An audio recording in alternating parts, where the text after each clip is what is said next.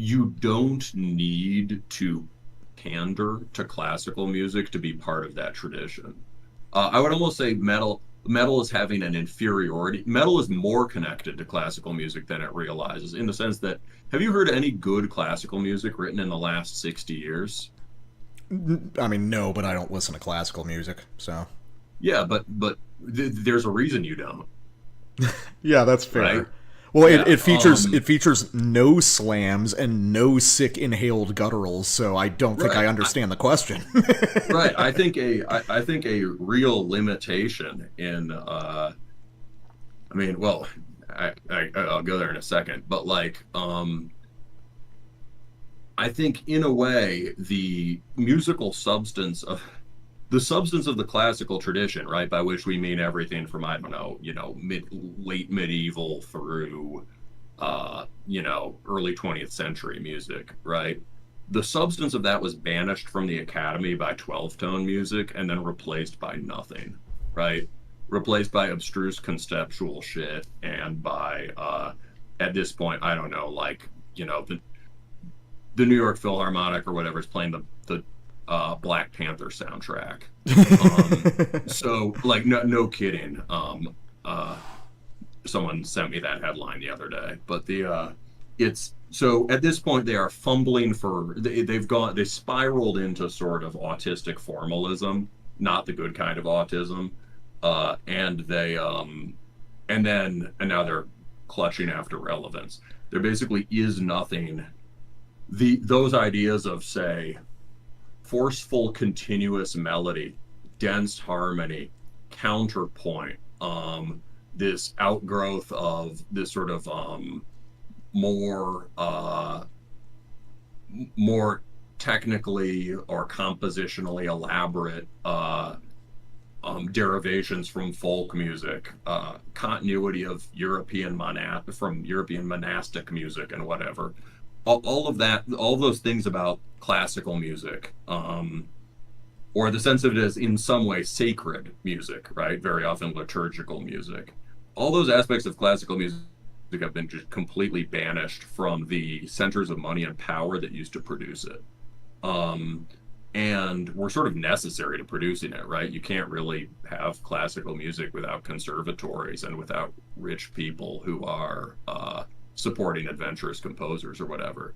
Where that kind of music goes over the course of the 20th century is it flees into metal. Um, and you can talk about weird things happening too with, say, like um, experimental music by John Cage, sort of setting up a kind of primitivism that you get from people like John Cale at the beginning of punk. But that's a slightly different strand of it. But basically, where real music, when real music is banished from high culture, it takes refuge in quote unquote low culture. And all the cool, hip, urbane people by the late 20th century, including, the punks and whatever, knew to despise classical music as part of this sort of um, square, stuffy, excessively European heritage, um, and really, and thought of, and thought of attempting to, imitate it as ahistorical or something, right? While while meanwhile there were people that these guys looked down on as working class yobs who practiced guitar really hard and listened to classical music and spent hours trying to learn Flight of the Bumblebee on electric guitar, right? And I Yeah. feel like those are or, like the guys in Iron Maiden, right? Who clearly spent time listening to various kinds of classical music and folk music or whatever, and produced music that sounded nothing like that, right? And you can sit there cynically deriding them for it, but they produced something new because of that. Uh, and so it sort of, I think there's a way that a kind of authentic and important uh, high art tradition gets banished into low art and gets owned and transformed by people who are far outside the centers of learning and cultural capital. Uh, and eventually, you end up with something like Dawn, right? Hmm. And there are ways that this music, because of its hybridization with quote low culture and avant-garde culture music, right? Because of its integration with the extreme music that begins with like the Stooges and all that, um, you get something that is both primitivistic and ornate, and that is classically learned, but also played as a folk tradition, uh, and that continues that in a totally new way. And I mean, I would rather fucking listen to Slaughter Son than any classical record. And I just see them as part of the same tradition and the development of it. I think that's the strongest claim I would make for metal to classical music. You don't need to pander to the classical people or try to impress them because you're already mogging them. Yeah. Like Slaughter Son, Crown of the Triarchy, Kvist, all of this is miles cooler than any academic music anybody's done in the last, since not long after Stravinsky. And if Stravinsky heard metal, he'd love it. That's my rant. No, I think you make some good points. I appreciate you capturing like the essence of the idea being that the spirit lives on more than a specific sort of academic or technical background. But one last point that I want to make just on this idea is that when people talk about metal being referential or being indebted to classical music, that is like fundamentally true, but it's also missing the context to it being referential to a very, very small slice of classical music. That's true. Because there's basically two ways you take it. There's old school kind of guitar hero stuff that is very into Mozart and Bach, and well, Beethoven's the center of the Venn diagram here. And the other, which is like black metal, which is almost exclusively referential to like Wagner and like Holst. Mm-hmm. So when people talk about metal being, this supposed reincarnation of classical music, if anything, it's a reincarnation of an incredibly limited palette of classical music that is the biggest and the darkest and the coolest and the stuff that is most suitable for metal. Yeah, it's a purification. Yeah, it because of the minimalist impulse inherited from other places, right? And it burns away a bunch of the things it doesn't need. It's only after very specific things, and some of that has to do with and although you can explain it in terms of accident, like, oh, that's all these guys had access to, it really is what did they glom onto, even within an individual movement of a symphony. Yeah, and right? It's Wagner. Like every metalhead's favorite composer is Wagner.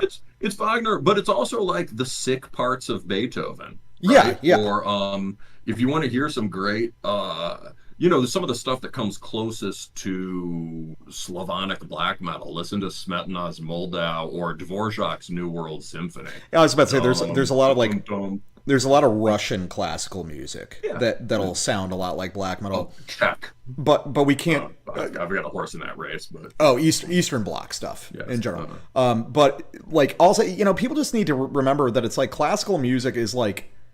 Because this is, the people who are the most intense about saying metal is super related to classical music are generally those with the least background in classical music, and who conveniently forget that like 85% of classical music historically is like gay court music or like liturgical music. So this is what I was going to say, is that classical, like black metal is like the high black metal tradition is classical music without the gay parts. And it's been were studiously stripped away. And sorry, I'm trying to do that while talking about this while opening the door for my dog who's thumping his tail against the door, but no, it doesn't. Anyway, studiously stripped away.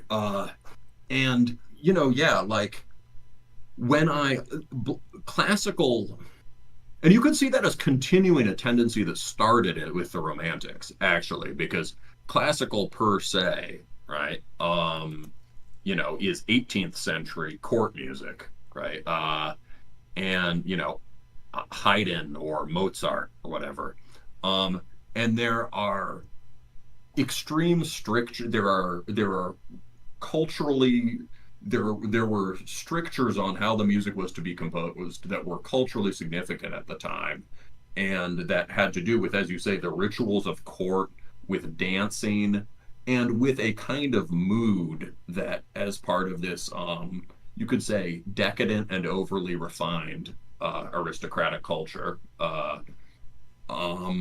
was seen as, was seen as the highest kind of artistic experience, right? So, the constant chord change, key changes, lest you be too absorbed in one passion, right? The constant transformations of classical music uh, are linked to a cognitive approach to music, where you're sort of dialectically leaping from one idea to the next. You're always you're sure you're feeling the music, but you have to be constantly thinking it. Yeah, or Um, just the idea of orchestral stuff being programmatic music, typically, designed to accompany a performance. yeah, well, I mean, some of it, yes, some of it was just you sit down and you watch the orchestra, but yeah, for sure. Also, there are ballets, or there are, or things we listen to now. I guess things we listen to now as standalone things, right? Like an oratorio or Hmm. whatever, right? That was composed as kind of like an opera, right? Yeah, I typically, and it's always performed live, and it was always performed live, and it was, yeah, written for this highly ritualized setting with, like, okay, this is for a solo performer with an accompaniment, blah blah blah. Yeah, it's absolute programmatic is a great word for it. Like, you're like, well, obviously obviously the third movement is a waltz, right? Hmm. The third movement has to be a dance. And there's this whole aesthetic that has meaning at the time, but we, looking back, can say maybe there were parts of it we like and parts of it we didn't like, and we're free to judge it just as much as it was free to judge things before it. Uh, and the Romantics released some of those strictures and started to emphasize the free flowing power of melody more. And that comes to an extreme in Wagner, and that goes directly into metal. But yeah, there's tons of classical music I enjoy, but it very often is this lofty cognitive pleasure that can be this sort of like, it can be this fine, scintillating thing, but that's not, to me, the heart of music. Uh, and and the you can listen to the end of Beethoven's Ninth Symphony and it's fucking sick, or you can listen to just stuff that sounds like the end of Beethoven's Ninth Symphony all the damn time. Well, yeah, I mean, one of the it does go in the spirit of extreme metal, which is like, what if we just do the cool part? You know? Yeah, it's stupid. Like, literally, the great theory, certainly most of the aesthetic theorists of classical music, right? Or I'm thinking, especially something a guy in our Discord has talked about, Adorno or whatever, right? These people associate repetition with stupidity, Mhm. uh, and with sort of succumbing to the passions and the world of forces. And metal is about the passions and the world of forces. Metal is stupid, right? So it's yeah, how do you translate these amazing melodic and harmonic ideas into a context for idiots like us who want to bang our heads? Yeah. Mm. I mean, well, but I mean, fundamentally, that's like that's the question I always ask of these people. Where it's like when I said earlier, it's like, well, the problem with classical music is that it features no slams or sick gutturals. Yeah. It's whenever I hear people talk about the relationship between metal and classical, I just want to be, yeah, but which one do you listen to more? And why Yeah, is that? I think that's totally fair. You have to be bold enough to own your actual aesthetic preferences. One of my best buds has been really good at pushing me on that. Hmm. It's just like, yeah, no, I actually kind of do think metal is better than classical music. Well, Like, yeah, I'm I I'm mean, never gonna claim that like Ison is more of a genius than Beethoven, or even that like, I mean, there probably is a greater kind of profundity in the whole capacious world of a Beethoven symphony than there is in a metal record. But like, um, but on the whole, I really think there is something to metal is just better, at least by the requirements of someone like